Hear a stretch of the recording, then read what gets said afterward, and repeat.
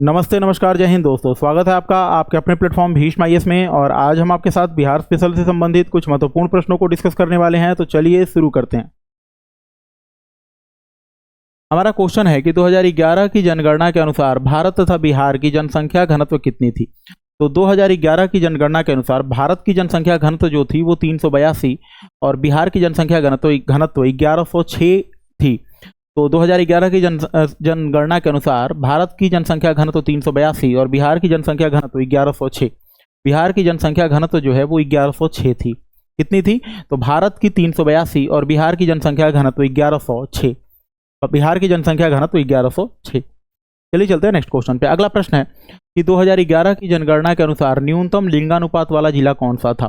तो 2011 की जनगणना के अनुसार न्यूनतम लिंगानुपात वाला जिला मुंगेर था। न्यूनतम लिंगानुपात वाला जिला मुंगेर था और अधिकतम लिंगानुपात वाला जिला गोपालगंज था। ध्यान रखेंगे, 2011 की जनगणना के अनुसार न्यूनतम लिंगानुपात वाला जिला मुंगेर और अधिकतम लिंगानुपात वाला जिला गोपालगंज था। तो अधिकतम लिंगानुपात कहाँ था? गोपालगंज में। तो और न्यूनतम लिंगानुपात बिहार के किस जिले में है? तो मुंगेर में। न्यूनतम लिंगानुपात वाला जिला मुंगेर। चलिए चलते हैं अगले क्वेश्चन पे। बिहार स्थित बरौनी तेल शोधन कारखाना किस देश के सहयोग से स्थापित किया गया था। तो बिहार के बरौनी में एक तेल शोधन कारखाना है जिसकी स्थापना रूस के सहयोग से की गई थी। बिहार के बरौनी में स्थित तेल शोधन कारखाने की स्थापना रूस के सहयोग से की गई थी। रूस के सहयोग से। चलिए चलते हैं अगले क्वेश्चन पे। हमारा अगला प्रश्न है कि बिहार में विद्युत इंजन कारखाना कहाँ स्थित है। तो बिहार में विद्युत इंजन कारखाना मधेपुरा में स्थित है। बिहार में इंडियन रेलवे का विद्युत इंजन कारखाना जो है वो मधेपुरा में स्थित है। कहाँ स्थित है? मधेपुरा में। चलिए चलते हैं नेक्स्ट क्वेश्चन पे। अगला प्रश्न है कि मढ़ौरा स्थित डीजल रेल कारखाना द्वारा निर्मित शक्तिशाली डीजल इंजन गजराज कितने हॉर्स पावर का है। तो बिहार के मढ़ौरा में एक गजराज नाम का एक डीजल इंजन बनाया जाता है जिसकी जो क्षमता थी वो थी 6000 एचपी। 6000 horse power. एक बार फिर से देखते हैं, बिहार के मढ़ौरा में स्थित डीजल रेल कारखाने के द्वारा निर्मित शक्तिशाली डीजल इंजन गजराज कितने हॉर्स पावर का है। तो गजराज की क्षमता जो है वो 6000 हॉर्स पावर की है। 6000 हॉर्स पावर। चलिए चलते अगले क्वेश्चन पे। अगला क्वेश्चन है कि बिहार राज्य पथ परिवहन निगम की स्थापना कब की गई थी। तो बिहार राज्य पथ परिवहन निगम की स्थापना 1959 में की जाती है। बिहार राज्य पथ परिवहन निगम की स्थापना कब की गई थी। तो बिहार राज्य पथ परिवहन निगम की स्थापना 1959 में की जाती है। चलिए चलते हैं नेक्स्ट क्वेश्चन पे। अगला प्रश्न है कि बिहार सरकार द्वारा प्रतिवर्ष स्थापना दिवस कब मनाया जाता है। तो बिहार सरकार द्वारा प्रतिवर्ष 22 मार्च को अपना स्थापना दिवस मनाया जाता है। बिहार सरकार द्वारा प्रतिवर्ष 22 मार्च को अपना स्थापना दिवस मनाया जाता है और इसकी शुरुआत की गई थी 2010 से। प्रतिवर्ष बिहार का स्थापना दिवस मनाए जाने की शुरुआत की गई थी 2010 में। उस समय बिहार के मुख्यमंत्री थे नीतीश कुमार जी और बिहार का गठन 22 मार्च 1912 को हुआ था। बिहार का गठन 22 मार्च 1912 को हुआ था और प्रतिवर्ष 22 मार्च को बिहार दिवस मनाए जाने की घोषणा 2010 में नीतीश कुमार के कार्यकाल में की जाती है। चलिए चलते हैं नेक्स्ट क्वेश्चन पे। अगला प्रश्न है कि बिहार विधानसभा में अनुसूचित जनजाति के लिए आरक्षित सीटों की संख्या कितनी है। तो बिहार विधानसभा में 2 सीटें अनुसूचित जनजाति के लिए आरक्षित हैं। बिहार विधानसभा में 2 सीटें अनुसूचित जनजाति के लिए आरक्षित हैं। अगले क्वेश्चन को देखते हैं। अगला क्वेश्चन है कि भारतीय संविधान के किस अनुच्छेद के अंतर्गत विधानसभा के सदस्य बनने हेतु 25 वर्ष की आयु का सीमा निर्धारित की गई है। तो बिहार विधानसभा का या विधानसभा का सदस्य बनने हेतु जो आयु सीमा का निर्धारण है वो निर्धारण किया गया है आर्टिकल 173 के अंतर्गत। आर्टिकल 173 के अंतर्गत आयु सीमा का निर्धारण किया गया है विधानसभा सदस्य बनने हेतु। तो यहाँ आर्टिकल 173 नहीं है, यानी इनमें से कोई भी ऑप्शन नहीं होगा। एक बार फिर से क्वेश्चन को देखते हैं। हमारा क्वेश्चन पूछ रहा है कि भारतीय संविधान के किस अनुच्छेद के अंतर्गत विधानसभा के सदस्य बनने हेतु 25 वर्ष की न्यूनतम आयु सीमा तय की गई है। तो विधानसभा का सदस्य बनने हेतु 25 वर्ष की न्यूनतम आयु सीमा जो है वो भारतीय संविधान के अनुच्छेद 173 के अंतर्गत निर्धारित की गई है। किस आर्टिकल के तहत निर्धारित की गई है? तो 173 के तहत निर्धारित की गई है। अर्थात इनमें से कोई नहीं, अर्थात उपयुक्त में से कोई नहीं। और अगर आपसे कोई आर्टिकल पूछ ले तो आपका आंसर होगा 173, आर्टिकल 173। चलिए चलते हैं नेक्स्ट क्वेश्चन पे। अगला प्रश्न है कि राज्यपाल के विधायी शक्तियों में शामिल है। तो राज्यपाल की विधायी शक्तियों में अध्यादेश जारी करना, सत्रावसान करना और संयुक्त अधिवेशन का आह्वान करना, ये तीनों चीजें शामिल हैं। तो राज्यपाल के विधायी शक्तियों में क्या क्या शामिल है? तो अध्यादेश जारी करना, राज्यपाल अध्यादेश जारी कर सकता है, सत्रावसान करना, सत्र को समाप्त कर सकता है, और संयुक्त अधिवेशन को बुला सकता है। राज्यपाल ये तीनों काम कर सकता है। चलिए चलते हैं नेक्स्ट क्वेश्चन पे। हमारा अगला प्रश्न है कि बिहार की पहली महिला मुख्यमंत्री कौन थी? तो बिहार की पहली महिला मुख्यमंत्री राबड़ी देवी थी, लालू यादव की पत्नी राबड़ी देवी। तो बिहार की पहली महिला मुख्यमंत्री जो थी वो राबड़ी देवी थी, राबड़ी देवी। चलिए चलते हैं नेक्स्ट क्वेश्चन पे। अगला क्वेश्चन है कि राज्य स्थित सचिवालय का मुख्य कार्य क्या है? तो राज्य स्थित सचिवालय का मुख्य कार्य नीति निर्धारण करना, विभागीय मंत्रियों की सहायता करना और विधान नियमावली का गठन करना। ये सभी कार्य जो है वो राज्य स्थित सचिवालय के ही हैं। तो यहाँ पूछा जा रहा है कि राज्य स्थित सचिवालय के मुख्य कार्य क्या हैं? तो नीति निर्धारण करना, विभागीय मंत्रियों की सहायता करना, विधान नियमावली का गठन करना। ये सभी कार्य जो है वो सचिवालय का ही कार्य है। ये जो सभी कार्य हैं वो सचिवालय के ही कार्य हैं। एक बार फिर से देखते हैं सचिवालय के क्या क्या कार्य हैं।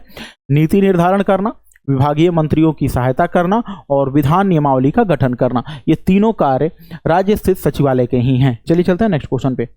हमारा अगला प्रश्न है कि पंचायतों में अनुसूचित जाति तथा अनुसूचित जनजाति के लिए आरक्षण की व्यवस्था किस अनुच्छेद के अंतर्गत की गई है? तो पंचायतों में अनुसूचित जाति और अनुसूचित जनजाति के लिए आरक्षण की व्यवस्था आर्टिकल 243D 243D के अंतर्गत की गई है।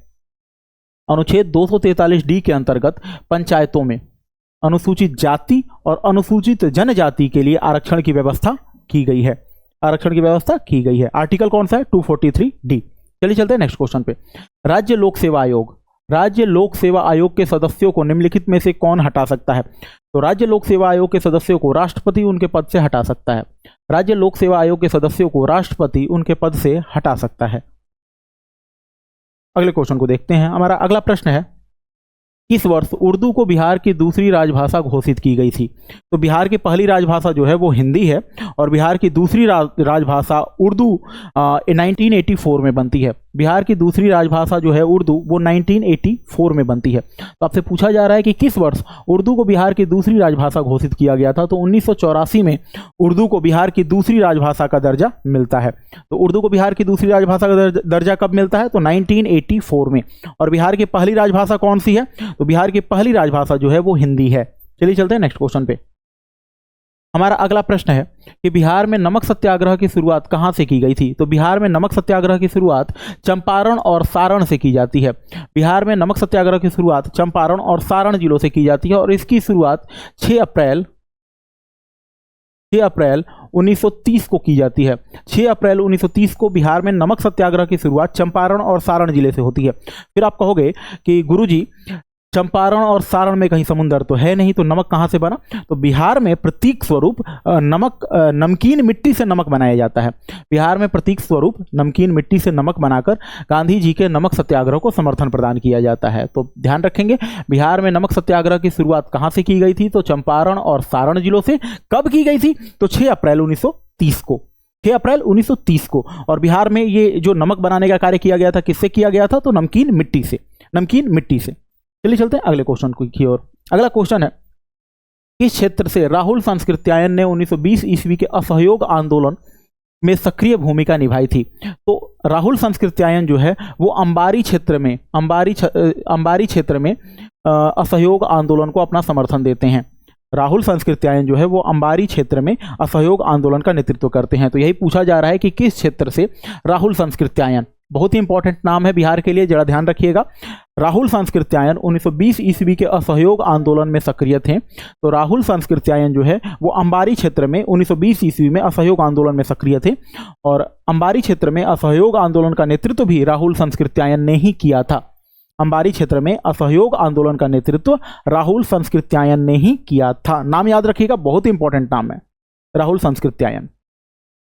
अगला क्वेश्चन है बिहार में किस जिले के लोगों ने चौकीदारी कर देना बंद कर दिया था? तो बिहार के सारण, पटना और बेतिया, बिहार के सारण, पटना और बेतिया, इन तीनों जिलों के लोगों ने चौकीदारी कर देना बंद कर दिया था। बिहार के सारण, पटना और बेतिया तीनों जिलों के लोगों ने चौकीदारी कर देना बंद कर दिया था। चलिए चलते हैं नेक्स्ट क्वेश्चन पे। हमारा अगला प्रश्न है कि बिहार में द्वैत शासन प्रारंभ होने के बाद बिहार के गवर्नर कौन बने? तो बिहार में द्वैत शासन प्रारंभ होने के बाद बिहार के गवर्नर सत्येंद्र प्रसाद सिन्हा को बनाया गया था। बिहार में द्वैत शासन प्रारंभ होने के बाद बिहार के गवर्नर सत्येंद्र प्रसाद सिन्हा को बनाया गया था। सत्येंद्र प्रसाद सिन्हा को 1937 ईस्वी के बिहार विधानसभा चुनाव के फलस्वरूप सरकार गठन के समय बिहार के राज्यपाल कौन थे? तो 1937 में बिहार विधानसभा चुनाव के फलस्वरूप सरकार गठन के समय बिहार के राज्यपाल थे एम.जी. हैलेट। 1937 में जब बिहार विधानसभा के तहत बिहार की पहली विधानसभा का गठन होता है, उस समय बिहार के राज्यपाल एम.जी. हैलेट थे। एम.जी. हैलेट। इस तरह के और इन्फॉर्मेटिव वीडियोज के लिए हमारे चैनल को लाइक, शेयर और सब्सक्राइब जरूर करें। धन्यवाद।